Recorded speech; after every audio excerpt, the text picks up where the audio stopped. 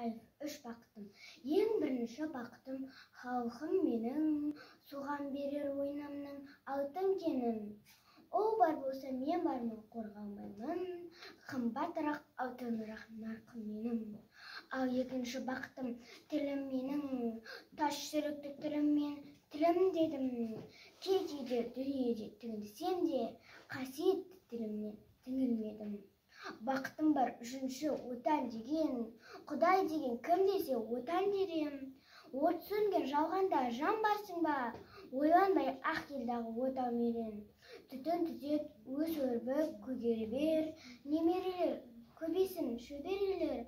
Жадыңда ұста, жақсылық күтпегейсің, от емес, оқ сұрасаң менен егер.